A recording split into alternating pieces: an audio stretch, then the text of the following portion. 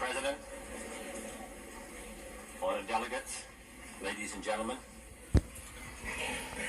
we meet here in an hour of grief and challenge.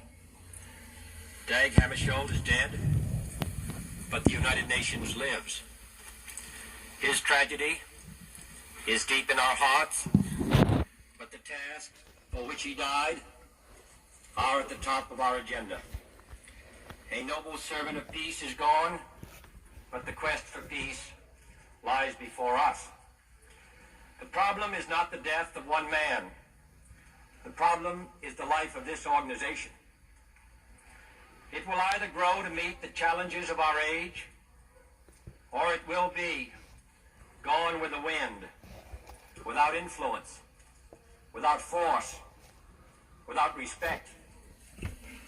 Were we to let it die, to enfeeble its vigor, to cripple its powers, we would condemn our future.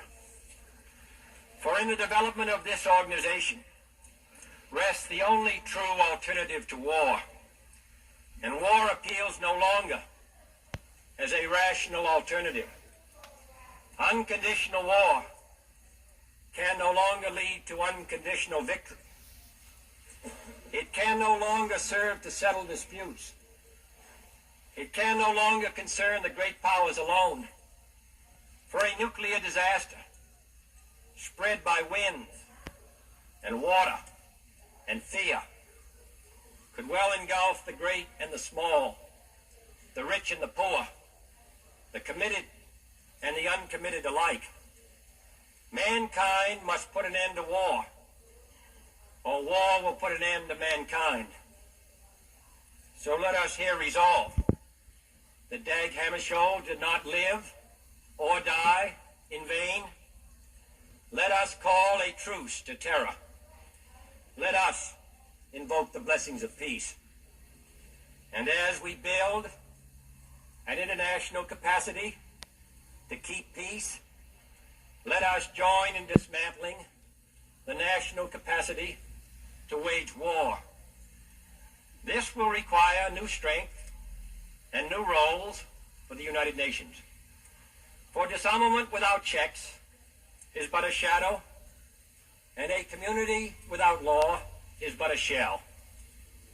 Already the United Nations has become both the measure and the vehicle of man's most generous impulses.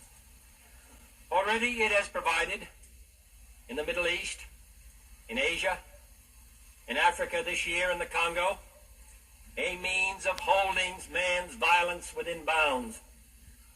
But the great question which confronted this body in 1945 is still before us, whether man's cherished hopes for progress and peace are to be destroyed by terror and disruption, whether the foul winds of war can be tamed in time to free the cooling winds of reason, and whether the pledges of our charter are to be fulfilled or defied, pledges to secure peace, progress, human rights, and world law. In this whole there are not three forces, but two. One is composed of those who are trying to build the kind of world described in Articles 1 and 2 of the Charter. The other, seeking a very different world, would undermine this organization in the process.